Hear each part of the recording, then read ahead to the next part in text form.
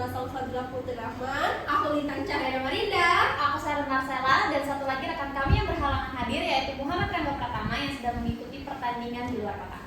Ya, nah podcast ini bakal nemenin kalian yang lagi nyusun skripsi, proposal, atau tesis, atau juga sekedar penasaran gimana sih cara kerja para peneliti sosial. Kenapa dihubungin sama nyusun proposal dan skripsi nih Caca? Nah, apa yang hubungannya? Jadi karena di podcast ini kita bakal bahas tuntas dua metode riset yang super penting dan sering bikin mahasiswa antara jatuh cinta atau pusing keliling nih guys. Susah Gitu kayaknya ya. Nah, jadi yang bakal kita bahas ini ada dua topik, yaitu experimental research dan survey research dari buku Social Research Method dari Newman guys. Tapi kita mau kasih twist dikit nih. Kita mulai Oke. dari yang jarang dibahas duluan. Yang Paling jarang dibahas ya. Oke, itu tuh ada eksperimen. Biasanya orang mikir eksperimen itu cuman buat sains atau laboratorium. Padahal di ilmu sosial juga sering banget nih digunakan. Oke, berarti tidak sekaku itu ya? Enggak dong. Oke. Enggak seseru itu eksperimen. Mungkin. Mungkin. Oke, nah setelah itu dari yang udah Alin bahas, kita akan bahas yang sering menjadi andalan mahasiswa nih karena praktis dan fleksibel, yaitu survei. Pokoknya episode kali ini lengkap banget, jadi siap-siap dicatat ya. Kalau mau nyatet, kalau nggak mau dengerin. Sampai habis. Nah, oke, kita memulai dari yang paling dasar dulu ya, sobat-sobat semuanya. Jadi, penelitian eksperimen itu pada dasarnya adalah metode untuk menguji hubungan sebab akibat antar dua variabel atau lebih guys. Nah, jadi kita pengen tahu dulu nih, apakah ada pengaruh nyata dari variabel A dan variabel B atau variabel A terhadap variabel B. Oh, jadi gini ya contohnya, menurut aku kayak kita bayangin nih, kita pengen tahu apakah pelatihan public speaking bisa meningkatkan kepercayaan diri terhadap remaja di panti asuhan. Nah, di sini pelatihan tuh jadi variabel. Oh, jadi variabel bebasnya dan kepercayaan diri itu menjadi variabel terikat. Betul. Jadi mereka kayak Apakah saling terhubung. Nah, Nah, gitu. Oke, aku bakal lanjutin yang dari Alin. Untuk bisa tahu pengaruhnya secara objektif nih, biasanya tuh kita bikin dua kelompok kan. Satu kelompok eksperimen yang dapat pelatihannya, dan satu lagi kelompok yang nggak dapat. Jadi nanti kita bisa bandingin nih hasil dari akhirnya secara lebih fair atau lebih adil lah. Oh gitu. Tapi katanya itu ada unsur-unsur eksperimen ya. Aku udah baca buku itu tapi kayak kurang paham gitu. Oke, Jadi Dari sini aku bakal bahas. jelasin 3 unsur dalam eksperimennya ya. Jadi yang pertama itu Lin, ada unsur manipulasi atau ngasih perlakuan tertentu. Nah, yang Beda kedua- ya sama manipulatif. Beda. Yang kedua ada kontrol atau mengelola faktor luar biar nggak ganggu. Dan yang ketiga ada randomisasi alias pembagian subjek ke dalam kelompok secara acak guys. Jadi ini semua tuh penting biar hasil dari penelitian itu valid. Jadi nggak ngasal ya hasilnya. Nggak ngasal, nggak boleh Oke. tuh. Kalau ngomongin tentang tadi kan udah kita ngomongin tentang unsur ya, unsur penting. Iya. Terus kalau ngomongin tentang desain eksperimen, Ya, Newman oke. tuh juga nyebutin ada 3 tipe utama. Yang pertama classical experiment design atau desain klasik. Desain ini paling ideal karena lengkap banget. Ada pre-test, post-test, grup eksperimen, dan kontrol, plus randomisasi. Nah, tapi katanya ada kendala-kendalanya. Pasti ya sih setiap pasti Gimana ada ya kendala-kendalanya. kendalanya tuh nggak mungkin kan berjalan dengan mulus. Mulus. Kalau aja ada rusak sama kendalanya kan. Oke, dari pertanyaan Alin tadi aku bakal jawab, tapi di lapangan sendiri nih contohnya itu kan masih sering nih kita ketemu kendala. Misalnya tuh susah nih cari kelompok kontrol. Di situ tuh kayak muncul yang namanya pre-experimental design. Di sini tuh biasanya cuma ada satu grup yang dikasih perlakuan tanpa grup pembanding gitu. Sederhananya tuh kayak kita bisa gini nih, sederhananya tuh tapi lemah dari sisi kontrol variabelnya gitu. Itu masalah ya. Iya, Nggak betul. mungkin kan, nggak mungkin kalau ada masalah nggak Nggak ada ada solusi. Nah. Oke, solusinya nih. Oke, aku bakal jelasin solusinya. Jadi solusinya itu dari permasalahan yang Eyan sebut tadi, itu kan persoalannya pre-experimental design ya. Oke. Nah, solusinya itu guys bisa diatasi dengan quasi experimental design atau eksperimen semu. Di sini kita tetap berusaha bikin desain yang kuat, meski nggak semua kondisi dia bisa dipenuhi. Nggak harus selalu sempurna. Kan kayak manusia ya. Kayak manusia. Nah, Oke. randomisasi mungkin nggak 100% kan, tapi kita punya grup pembanding dan pengukur sebelum dan sesudah. Oke, cukup bisa dipahami nih dari penjelasan Caca tadi. Nah, kalau udah bahas eksperimen, pasti kita sering dengar atau nggak bisa lepas nih dari yang namanya validitas, terutama dari yang namanya validitas internal. Ini penting banget karena ini menyangkut seberapa yakin kita bahwa perubahan yang kita lihat di variabel dependen emang karena perlakuan yang kita berikan, bukan dari orang lain. Pasti kan banyak banget nih ancaman-ancaman terhadap validitas internal kan. Contohnya yang sering kita lihat ada selection bias, di mana subjek yang masuk ke kelompok eksperimen dan kontrol udah beda dari awal, atau history effect. Misalnya selama eksperimen berlangsung ada kejadian besar yang memenuhi semua partisipan. Katanya juga ada yang lain gitu, Ca. Gimana sih yang lainnya tuh maksudnya? Ada yang lain apa aja nih? Orang lain maksudnya selingkuh gitu. Jadi selain itu ada juga maturation guys, yaitu perubahan alami dalam diri peserta seiring waktu. Makanya penting banget kita rancang sebuah eksperimen itu dengan ketat dan awasi semua variabel luar yang bisa jadi pengganggu. Iya. Tadi kan ada internal, pasti ada eksternal. Gimana sih Ayan kalau eksternal tuh? Oke, di sini aku bakal bahas validitas eksternal. Itu tuh kayak seberapa jauh kita menggeneralisasikan hasil eksperimen ke populasi atau konteks yang lebih luas pastinya ya. Kadang eksperimen keren banget secara teknis, tapi ternyata nggak relevan sama kehidupan nyata gitu. Oke, selanjutnya tuh pasti ada etika kan? Kayak tadi kan ada validasi, terus ini kita mau ngebahas tentang etika. Eksperimen ini juga kalau kita melakukan eksperimen, etika itu penting banget. Nah, makanya kita sekarang bakal bahas tentang etika dalam eksperimen sosial. Eksperimen sosial itu unik karena kita berurusan dengan manusia kan, Betul. bukan objek mati. Gila kalau kita. Jadi aspek etika tuh harus menjadi prioritas utama yang udah Caca jelasin. Benar. Oke, dari yang udah dijelasin Alin mengenai aspek etika itu atau eksperimen sosial, aku bakal nyebutin contohnya. Apa yang kita udah pastikan bahwa informed consent, persetujuan sadar dari partisipan sudah diberikan. Mereka tuh harus tahu mereka ikut eksperimen, tujuannya apa dan apa yang bakal terjadi gitu. Dan terus tuh ada prinsip lain yang aku nggak tahu nih, bisa dijelasin sama Caca apa itu? Berarti ini nih nggak bisa dipaksa ya eksperimen ini, Nggak karena bisa. orang itu harus tahu tujuannya itu apa, Ya. terus apa yang bakal terjadi. Itu berarti mereka bisa stop kan kalau nggak mau melanjutkan, apa nggak bisa? Sepertinya bisa, karena kan ketergantungan diri masing-masing. Karena kan harus tahu tujuannya apa dan apa yang bakal terjadi. Sekarang juga ada prinsipnya guys. Apa Prinsipnya aja? ini ada anonimitas dan kerahasiaan. Jadi terutama kalau datanya itu sensitif. Jadi ini salah satu etika juga dalam kalau kita melakukan sebuah eksperimen ya. Harus ada etika yaitu anonimitas dan kerahasiaan. Jadi Pan itu tuh kayak punya hak kan, nah kan partisipan tuh punya hak untuk bener kapan kapan aja. saja. Jadi nggak bisa Oke. dipaksa guys. Itu Karena etika kita harus etika. Kalau kita marah-marah kita paksa tidak ada etika. Kalau mau mundur tuh nggak apa-apa, nggak ada konsekuensinya karena itu hak Iya partisipan. benar. Itulah guys.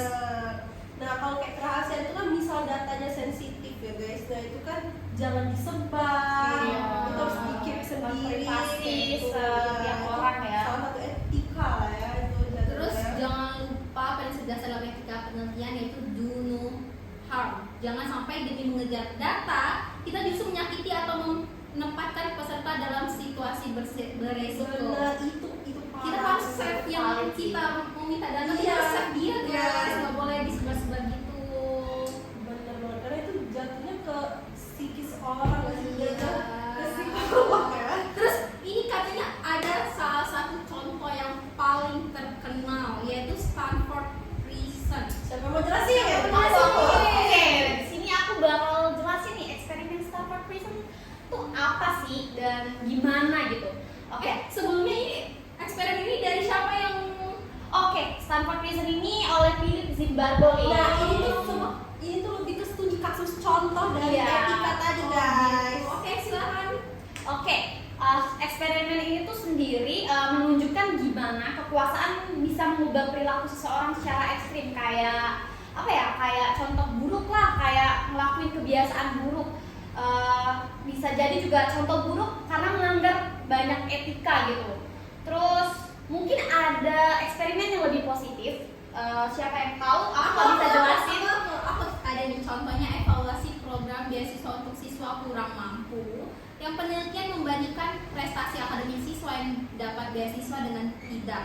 Dan ternyata hasilnya tuh beasiswa memang berpengaruh positif terhadap motivasi dan nilai mereka. Karena rata-rata kalau mau dapat beasiswa tuh kayak harus ngejar nilai kan. Iya, IPK-nya nggak boleh kurang dari ini. Terus Banyak syarat-syaratnya yang harus dikejar. iya, jadi mereka tuh termotivasi dengan ngejar nilai mereka, tidak mau kuliah juga, nggak mau sekolah. tipsen, hari tipsen, nggak boleh kalau dapat beasiswa guys. Nah, jadi guys, eksperimen ini tuh sebenarnya bisa jadi alat yang sangat kuat untuk membuktikan efektivitas program dari sosial itu, asal dilakukan secara etis, terkendali, dan berdasarkan desain yang kuat. Setelah kita bahas eksperimen yang cenderung terkontrol, sekarang kita geser move ke metode yang lebih luas dan bisa menjangkau lebih banyak orang di berbagai tempat. Apa itu? Apa itu? Ada yang bisa jelasin? Apa ya? Oke, aku yaitu survey research. Yeay. Kita udah masuk ke bab selanjutnya. Metode ini tuh sering jadi primadona mahasiswa karena kayak lebih fleksibel dan mudah gitu. Kayak sekarang kan mahasiswa tuh kan maunya yang fleksibel, maunya yang mudah. Jadi instan lah ya. iya, jadi mungkin survey research ini bisa jadi metode yang paling banyak digemari mahasiswa saat ini kayak. Dan skalanya tuh bisa lebih besar gitu. Oke, Terus, mari sekarang coba kita bahas lebih dalam lagi guys tentang survei research ini. Ayo. Oke, nah jadi survei research ini kalau kita bicara soal jenis-jenis survei ada beberapa macam nih guys. Ada survei silang waktu atau cross sectional yang cuma dilakukan satu kali di satu waktu. Nah ada juga ini tuh cocok buat gambaran kondisi yang sedang kita lakukan saat ini juga. Tapi ada juga survei longitudinal yang dilakukan berkali-kali terhadap respon yang sama. Ini biasanya dipakai kalau peneliti pengen lihat perubahan sikap atau perilaku dalam jangka waktu tertentu. Oh, jadi survei jadi aku tertarik dengan survei longitudinal. Jadi survei ini sangat menarik karena bisa nunjukin tren atau pergeseran opini kan. Benar. Dari opini publik dari waktu ke waktu. Contohnya itu kayak survei tentang kepercayaan masyarakat terhadap institusi pemerintahan selama 5 tahun terakhir. Tapi kita bisa lihat apakah kepercayaan itu naik atau turun atau kayak di setengah-tengah kayak Iya, gitu oke. guys. Menurut kalian kepercayaannya naik atau turun? Menurut Dari aku- isu-isu yang sering kita lihat di TikTok atau media sosial lainnya. Nah, menurut kita harus eksperimen dan survei ya. Coba dong Oke. kasih tahu menurut kalian gimana. Menurutku tuh iya sih Lin, tapi jangan Naik ya? Iya, Oke. naik gitu. Tapi karena naik itu kita tuh jangan lupa juga soal desain instrumen surveinya gitu. Newman sendiri tuh bilang penting banget buat menyusun pertanyaan yang jelas, netral dan gak menyesatkan ya. Terus kalau pertanyaannya bias atau ambigu kayak yang aneh-aneh gitu, hasil datanya tuh bisa jadi keliru dan nggak jelas gitu. Makanya sebelum disebar biasanya tuh kita tuh sering jumpa kan kakak tingkat yang nyebar visioner, wawancara atau semacamnya gitu. Itu tuh bisa jadi diuji coba dulu dalam skala kecil lewat pilot test gitu. Dan mungkin ada yang bisa menjelaskan sem lagi yang paling dong gitu, krusial gitu. Nah menurut aku ya, ini tuh juga yang paling krusialnya juga. Survei itu sangat bergantung sama ukuran sampel dan metode samplingnya. Kalau nggak representatif, bisa-bisa hasilnya tuh nggak digeneralisasikan ke populasi yang lebih luas gitu. Jadi pemilihan responden harus benar-benar diperhitungkan secara statistik. Karena kalau nggak bisa nyusahin kita juga sendiri dalam buat peneliti. Benar juga. Tapi di sini ada metode probabilitas kayak sampel random disampling atau stratified sampling. Biasanya jadi andalan juga nih karena mereka kasih peluang yang sama buat setiap individu dalam populasi untuk terpilih sebagai responden. Terus kayak banyak juga teknologi yang berpengaruh nih. Karena sekarang tuh udah zaman teknologi, udah zaman globalisasi Enggak. teknologi ya. Oke guys, karena kita tuh nggak boleh apa ya namanya tuh jangan ngelupain juga yang namanya tuh peran teknologi yang lagi berpesat sekarang gitu. Bisa kita manfaatkan dengan Iya. baik dalam metode ini kan. Ya, karena banyak survei yang udah nggak manual gitu. Ada yang pakai Google Forms, ada juga yang pakai aplikasi khusus survei gitu. Ini tuh bikin proses distribusinya itu dan pengumpulan datanya tuh jadi lebih cepat dan mungkin hemat biaya ya, yang seperti kayak aku jelasin tadi, fleksibel.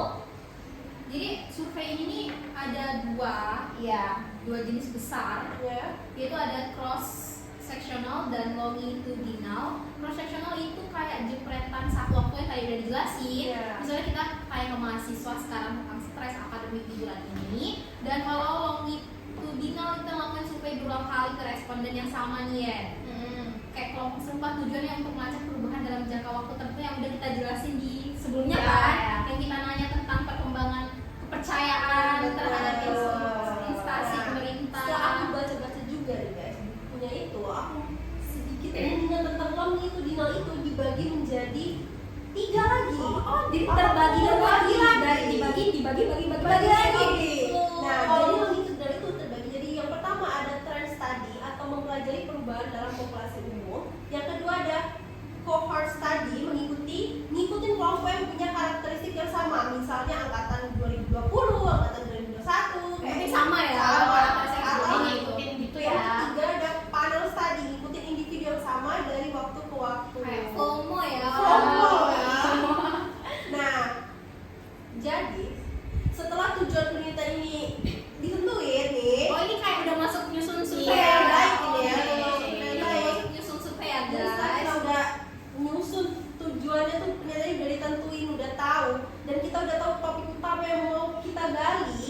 Misalnya mau tahu perspektif masyarakat soal kebijakan lingkungan atau pola konsumsi digital, barulah kita bisa mulai masuk ke tahap penyusunan pertanyaan untuk apa namanya survei kita tadi. Oh gitu. Jadi di tahap ini benar-benar harus hati-hati kan. Benar banget. Newman aja bilang di buku Social Research Method, setiap pertanyaan dalam survei itu harus dirancang sedemikian rupa supaya menghasilkan data yang valid dan reliable. Artinya pertanyaan yang nggak cuma bisa mengukur apa yang kita mau ukur, tapi juga bisa menghasilkan jawaban yang konsisten kalau ditanya ulang dalam kompleks rupa.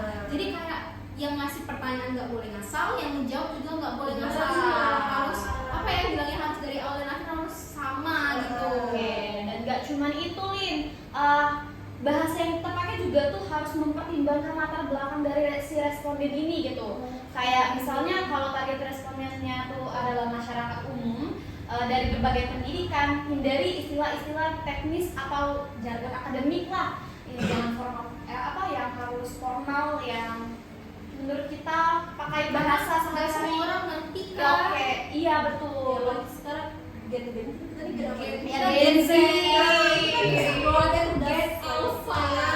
Kayak itu udah nggak bisa dibahas-bahas aku. Otaknya udah pusing kalau masih bahasa kaku ya. Jadi Jadi tuh kayak lebih enak pakai bahasa sehari-hari yang mudah, sehari-hari. ya, yang gampang, yang fleksibel lah intinya. Contohnya tuh kayak gini, misal daripada kita nulis misalnya sejauh mana Anda mengalami disonansi kognitif terkait kebutuhan konsumsi, kan gitu nih pusing. Iya, kayak Maksudnya jadi apa? ribet Yang ya, ribet gitu. ya. Yang ribet dan akademis banget ini mending kita ubah jadi yang lebih santai.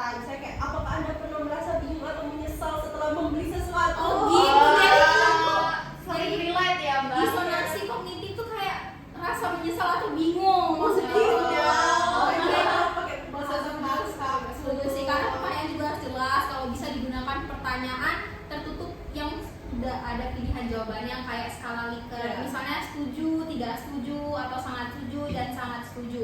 Kayak ini bikin data lebih mudah dikodekan dan dianalisis nanti. Karena kalau kan jawabannya terserah. Ya. Cewek banget. Ya.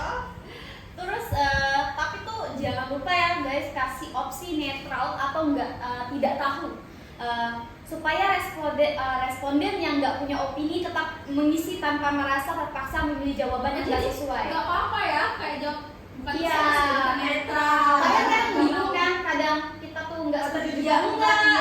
Iya. Masa kita ditanya puas nggak membeli sesuatu, nggak tahu. Iya nggak tahu. Nah mungkin lebih enak netral. iya alternatif jawabannya netral aku tidak tahu. Gitu.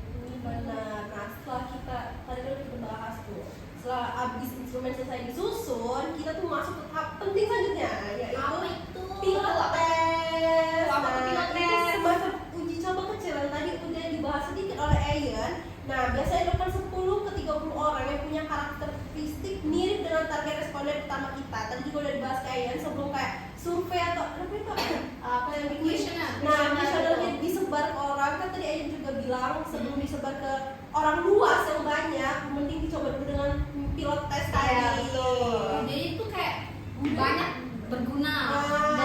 Dari pilot test ini kita bisa tahu apakah ada pertanyaan yang membingungkan, Ah. terlalu panjang atau punya makna ganda. Kadang pertanyaan yang menurut kita jelas ternyata ditafsir beda sama responden. Karena kita nggak bisa menyamaratakan kan tiap orang itu beda-beda gitu. Karena dari jawaban yang beda-beda itu, dari situ tuh kita bisa revisi lagi guys sebelum disebar secara massal gitu. Bayangin kayak kalau langsung sebar ke 1000 orang tanpa uji coba, ya hasilnya bakal nggak Salah tafsir Iya, salah tafsir gitu kan. Terus datanya juga bisa kacau. kacau. Kacau. Terus kita nggak tahu ini salah atau enggak bisa dari kelas. Jadi kayak Apakah juga bingung. iya, apakah udah relate ke mereka atau belum gitu. Terus ternyata banyak pertanyaan yang salah tafsir gitu-gitu pokoknya. Makanya itu kan menurut aku kita tuh revisi setelah pilot test itu sangat-sangat penting ya. Iya. Kalau sepele karena Iya. bisa jadi kita ganti redaksi pertanyaan, nambah contoh atau bahkan buang pertanyaan yang ternyata nggak relevan atau nggak dipahami. Nah itulah tadi fungsi pilot test tadi biar kita tahu ada salah dari questionnaire kita. Terus ya, jangan lupa untuk nyiapin surat pengantar survei. Nah, Ini penting banget nih buat kasih penting semua ya. semuanya penting guys. Yang kami bahas itu penting semua. Jadi yang ini surat ini penting, surat pengantar survei ini penting karena buat kasih konteks responden, jelasin siapa kita, kayak apa tujuan surveinya, dan Iya. yakin bahwa jawaban mereka bakal dirahasiakan dan dipakai cuma buat keperluan penelitian. Benar. Karena itu termasuk ke etika yang Iya. udah kita bahas gitu kan. Kan kayak ngasih questionnaire tiba-tiba disuruh isi gitu nggak tahu Iya. itu apa kan benar. Iya kan bener kan ya? Kayak Benar, iya. Pasti responden itu kan. Ya karena dalam etika tuh dalam penelitian juga berlaku kayak gitu di sini. Jadi kita tuh kayak harus pastikan responden tuh kayak kasih informed consent. Jadi kayak mereka tahu apa yang mereka isi dan mereka bebas milih mau ikut atau enggak. Setelah dengan pemaparan kita mengenai proses menyusun survei yang baik nih, aku lumayan cukup mengerti nih apa yang bisa jadi langkah untuk menyusun survei yang baik. Selanjutnya Ada ini, selanjutnya tuh ada teknik sampling kan. Sudah Iya. survei kita harus menggunakan sampling. Survei juga nggak lengkap tanpa bahas teknik sampling. Teknik sampling juga harus diperhatiin ya untuk temen-temen. Survei nggak akan valid Sekalian. kalau sampelnya nggak representatif. Terus ada beberapa nih, aku sempat baca kayaknya aku sempat baca semua ya. Iya. Ada beberapa teknik, ada 3 teknik ya, bener kan Ayin? Bener, Soalnya bener. Ayin yang baca di situ guys, aku tuh baca sekilas gitu. Oke, karena yang udah ada apa ya, kayak udah hal yang udah aku dapat dari aku baca buku itu ada beberapa teknik, yaitu yang pertama itu simple random sampling dan yang kedua itu stratified sampling, kayak kalau ada sekelompok gitu, dan yang terakhir itu yang ketiga cluster sampling kalau data tersebar di lokasi yang berbeda gitu. Pemilihan ketiga teknik ini penting supaya hasil survei itu bisa digeneralisasiin gitu. Terus mungkin Caca Ini ada kelebihan, pasti ada kelebihan dan ada kelemahan dari survei. Nggak mungkin Pasti. di setiap kelebihan ada kelemahan. Nah, gitu betul guys. banget. Jadi Coba gimana? siapa yang bisa jelasin kelemahan dan kelebihannya mungkin Ayan? Oke. ngomongin soal kelebihan dan kelemahan survei nih. Jadi kalau kita bicara tentang kelebihan survei, kita nggak bisa lepas dari 3 poin utama. Poin utamanya nih, yang pertama itu efisien banget karena survei bisa kumpulin data dalam waktu yang relatif singkat. Yang kedua, skalanya besar, artinya kita bisa dapetin informasi dari banyak orang dalam waktu yang singkat juga. Apalagi kalau pakai platform digital kayak sekarang yang udah aku jelasin tadi, seperti Google Form atau yang kita tahu tuh untuk yang tugas pada kuesioner ya. G-Form Iya. guys. Dan yang ketiga itu hasilnya sangat bisa dianalisis dengan statistik kuantitatif. Jadi kalau kita mau lihat pola atau hubungan antar variabel itu gampang banget, cocok banget buat riset deskriptif atau korelasional. Jadi kelebihannya tuh hemat waktu. Oh iya. Jadi kayak kalau sekali sebar tuh langsung banyak. Kita cuma Tuh, sharing secara aja. online Oh kan, iya, kita secara harus datang online satu-satu. guys. Dan kalau mau ketemu tuh banyak banget makan waktu. Iya, sedangkan kita menyusun skripsi itu nggak mungkin kan Dikejar satu. waktu, Iya. dikejar waktu guys. Tapi jangan lupa ada kekurangannya. Pasti. Di setiap kelebihan ada kekurangan. Nah. Misalnya ada namanya respon bias, di mana responden nggak benar-benar memberikan jawaban yang jujur atas kenyataan. Kadang para responden ini pengen kelihatan keren, ditanya kalian merokok nggak? Jawabannya enggak. Padahal Merokok. Ya, kan apa coba dengan dengan sehat. kayak gitu kan? Atau menutupi Iya. gitu kan ketika dia nggak mau atau rokoknya gini gitu guys. Iya, iya. Biasanya juga mereka asal jawab karena mungkin nggak paham gitu kan, atau mungkin mereka nggak paham atau memang ingin menutupin hal itu. Terus ada juga yang mungkin nggak ngerti soal pertanyaannya, tapi karena suruh jawab ya udah isi aja meskipun jawabannya nggak paham. Iya. Itu nggak boleh sebenarnya. Kalau nggak tahu bertanya gitu ya guys. Nah, hal-hal yang seperti itu loh guys, sebenarnya harus kita perhatiin. Makanya kalau kita buat desain survei itu harus benar-benar matang gitu. Kita juga yang ngasih pertanyaan jangan bias gitu. Kalau pertanyaan nggak jelas atau malah bikin bingung, hasilnya tuh bisa nggak berguna sama sekali untuk survei kita. Desain survei harus komunikatif, jelas, dan yang paling penting kita harus edukasi responden tentang pentingnya mengisi survei dengan jujur. Jadi jangan bohong-bohong dan manipulasi. Kalau mereka nggak ngerti kenapa jawabannya itu penting, mereka bakal lebih perhatian sama jawabannya gitu. Karena sekarang ada beberapa yang biasanya ngasih kuesioner tapi asal jawab aja biar selesai. Karena biasanya banyak kan. Karena gini guys, kita dulu pernah pas SMA disuruh ngisi Iya, iya. iya, itu masih SMA. Biar cepet aja, biar mbak ini pergi aja lah gitu kan. Kita pemalas sebenarnya tuh guys, nggak boleh gitu. Setuju atau dibalik-balik kayak gitu. Nah gitu guys. Oke nih. Sekarang kita udah sampai di Penghujung jalan. ujung banget ini, udah ujung di ujung panduk. Nah, benar. Pembahasan kita hari ini udah mau selesai nih. Oke, kita udah ngebahas 2 metode riset yang sangat penting tadi untuk orang-orang yang lagi skripsi, lagi bikin tesis. Apa tuh? Semoga ini berguna. Iya, Semoga semoga dimengerti. Iya. Nah, jadi kita udah ngasih 2 metode yang bisa dibilang andalan banget, yaitu eksperimen dan survei. kalau kalian pengen tahu hubungan sebab akibat secara jelas dan terkontrol, eksperimen itu jawabannya bisa ngebuktiin secara ilmiah banget mana yang ngaruh dan mana yang nggak ngaruh gitu guys. Nah terus Kalau survei gimana? Nah, sementara survei itu cocok buat kalian yang pengen dapetin gambaran besar dari banyak orang. Jadi kayak mungkin dari survei itu kita bisa tuh lihat gambaran besar dari orang-orang gitu. Terus misalnya nih mau tahu opini publik, tren perilaku atau persepsi masyarakat, survei itu juaranya gitu. Terus apa ada yang masih bingung ya? Iya. Sebenarnya kalau aku dua-duanya tuh punya power yang kuat. Powerful dua-duanya tuh ya sebenarnya. Jadi kayak tinggal sesuaiin aja sama tujuan riset kalian tuh gimana gitu. Jangan asal pilih metode cuman karena ini tuh keren. Oh, iya. Jangan pilih metode karena ngikutin teman. Nah itu jangan ya guys. Walaupun bergeraknya berdua tapi enggak guys. Jangan. Jangan ya. kalian yang susah sendiri. Ya. Jangan apa nih Jangan.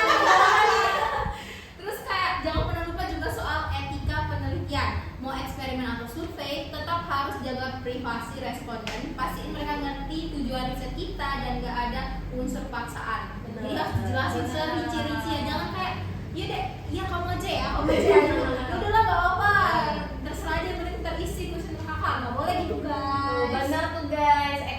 Kayak etika tuh kayak bukan cuma formalitas doang, tapi kayak fondasi penting penting biar riset kita lebih kita tetap kredibel dan dihargai gitu. Jadi kayak bukan cuma ya formalitas ini aja, itu bukan. Itu tuh kayak lebih biar kita tetap dihargai dan tetap kredibel gitu. Jadi kayak mau pilih dua-duanya, dia mau pilih salah satu antara eksperimen survei, itu yang harus paling penting etika ya. Iya sih.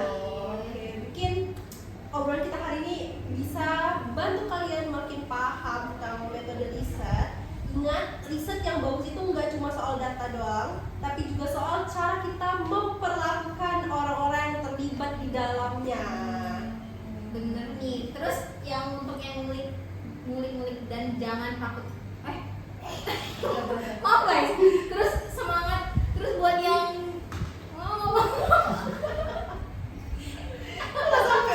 Sampai energinya habis. udah capek. Terus semangat buat semuanya yang melakukan menyusun skripsi itu, semangat nulisnya dan jangan takut eksperimen, karena katanya itu yang sering dipilih mahasiswa tuh survei kan. Iya. Eksperimen juga jangan takut, asal Asal bukan eksperimen perasaan orang. Nggak boleh gitu, jangan dihentang. Oke.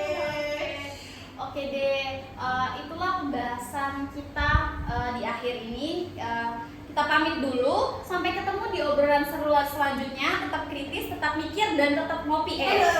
Kok ngopi? Maksudnya tetap belajar.